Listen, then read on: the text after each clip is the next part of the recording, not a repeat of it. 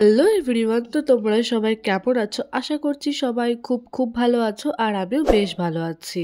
আজ আমাদের বারাণসীতে লাস্ট দিন, আর আমরা দুদিন ধরে এই হোটেলটায় ছিলাম। তো ভাবলাম তোমাদের সঙ্গে একবার রুমটা শেয়ার করে দিই। ভেতরে ঢুকতেই দুটো চেয়ার, টেবিল আর বড় একটা খাট দেওয়া রয়েছে, আর এই সাইডটায় রয়েছে আয়না। আয়নার পাশেই রয়েছে বড় একটা জানলা, আর জানলা টানলা আমরা খুলিনি, এরকম ভাবেই রয়েছে। বাইরে এত গরম, জানলা খুললে মনে হচ্ছে গরমটা পুরো ভেতরে ঢুকে যাচ্ছে। সামনেই রয়েছে একটা বড় বেড, আর সৌতমের দেখো এখনো কিছু গোছানোই হয়নি। আমার সবকিছু গোছানো রেডি, বাট ও এখনো কিছু গোছায়নি। আর এই দেখো সেই জানলাটা। এই রুমটার জন্য আমরা যত টাকা পে করেছি একদম ওয়ার্থ ইট। আর এখানে দেখো দুটো ফ্যান দেওয়া রয়েছে, দুটো ফ্যান না দিলে হচ্ছিল না, ভীষণ গরম ছিল এখানটায়। রুমের সঙ্গে রয়েছে একটা অ্যাটাচ বাথরুম, আর বাথরুমটাও তোমাদের একবার দেখিয়ে দিই। তো বাথরুমের মধ্যে রয়েছে বেসিন, একটা বড় আয়না। বাথরুমে মোটামুটি যেসব জিনিস থাকা দরকার সবকিছুই ছিল, আর সব থেকে বড় কথা হচ্ছে রুম আর বাথরুম দুটোই ভীষণই পরিষ্কার ছিল।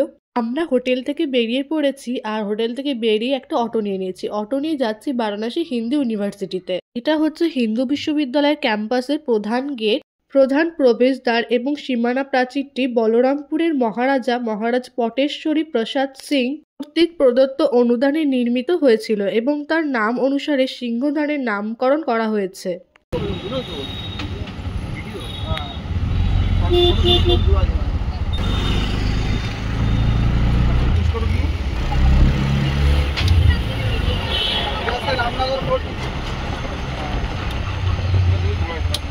আমরা যেই অটো করে এসেছিলাম মন্দিরের একটু আগে আমাদের নামিয়ে দিয়েছে, তো এইটুকু রাস্তা আমাদের হেঁটে হেঁটে যেতে হচ্ছে। শ্রী বিশ্বনাথ মন্দির বারাণসীর বেনারস হিন্দু বিশ্ববিদ্যালয়ের ক্যাম্পাসে অবস্থিত একটি বিখ্যাত শিব মন্দির। এটি নতুন বিশ্বনাথ মন্দির বা বিড়লা মন্দির হিসেবে পরিচিত। এই মন্দিরটি বারাণসীর অন্যতম বিখ্যাত মন্দির। দূর দূরান্ত থেকে এখানে লোক বেড়াতে আসে। বিশেষ করে বিড়লা মন্দিরটি বিশ্বের সবচেয়ে উঁচু মন্দির হিসেবে পরিচিত, যার শিখর উচ্চতা প্রায় 250 ফুট। মন্দিরের বাইরে অনেক দোকানপাট রয়েছে, আর তোমরা যদি কেউ পুজো দিতে যাও তার জন্য কিন্তু এখানে ফুল টুল বিক্রি হয়, তো তোমরা চাইলে এখান থেকে ফুল কিনে এরপর পুজো দিতে পারো। মন্দিরে ঢোকার আগে এই দোকানটা আমার চোখে পড়লো, আর এখানে এত সুন্দর সুন্দর জিনিস বিক্রি হচ্ছিল। তোমরা যে দোকানগুলো দেখতে পাচ্ছ এখানে ম্যাক্সিমাম দোকান এসব ইউনিভার্সিটিতে যারা পড়াশোনা করে তাদের দেওয়া। এখানে লাইভ ছবি আঁকা চলছিল, আর এটা দেখতে ভীষণই ভালো লাগছিল। এরপর চলে আসলাম মন্দিরের একটু পাশে, আর এখানে হচ্ছে দিদিরা পেন্টিং করছিল, সেই সব জিনিসও বিক্রি করছিল। এই মন্দিরটাও তৈরি করা হয়েছে অনেকটা কাশী বিশ্বনাথ মন্দিরের মতো।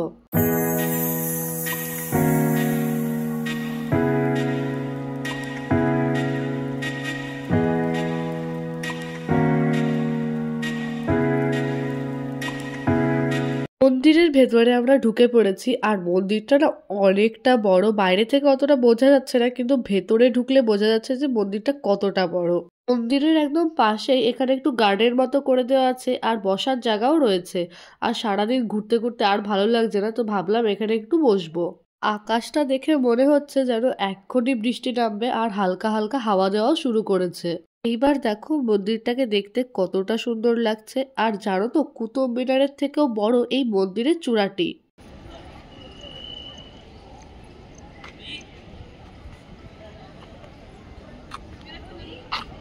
এরপর ঢুকে পড়লাম মন্দিরের ভেতরে, আর মন্দিরের ভেতরে একটা বড় শিবলিঙ্গ আছে। তো চলো মন্দিরের ভেতরটা একবার দেখা যাক। মন্দিরের ভেতরে এত সুন্দর করে কারুকার্য করা যেন চোখ ফেরানো যাচ্ছে না।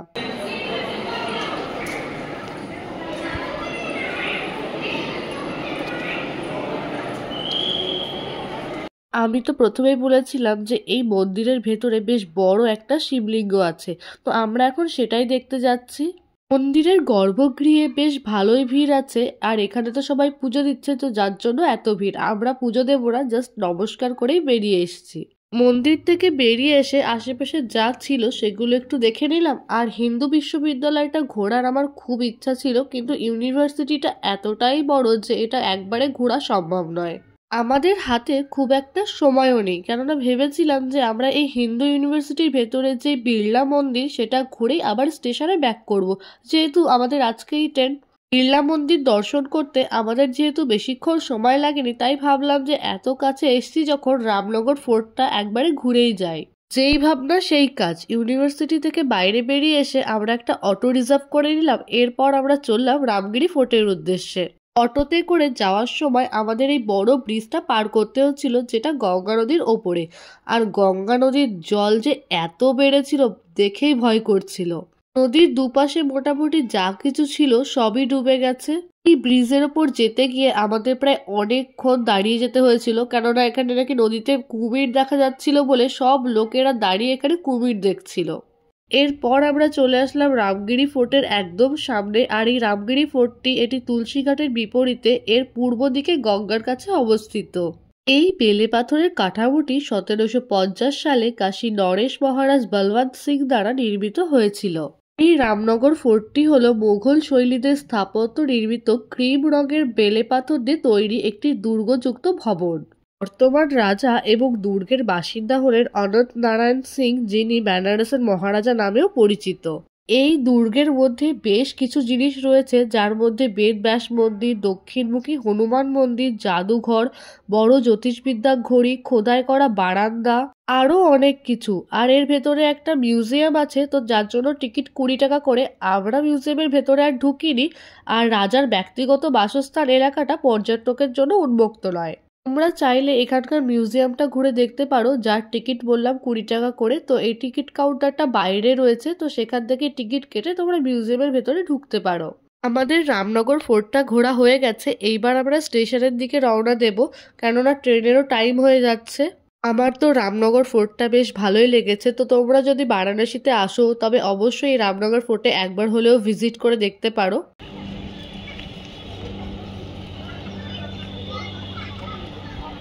আমরা অটো করে একদম সোজা চলে এসেছি বারাণসী স্টেশনের একদম সামনে। আর এইটি হচ্ছে বারাণসী স্টেশন। আমাদের হাতে এখনো প্রায় 1 ঘন্টা সময় আছে। তো আজকের ভিডিওটা এখানেই শেষ করছি। দেখা হবে পরের একটা ভ্লগে।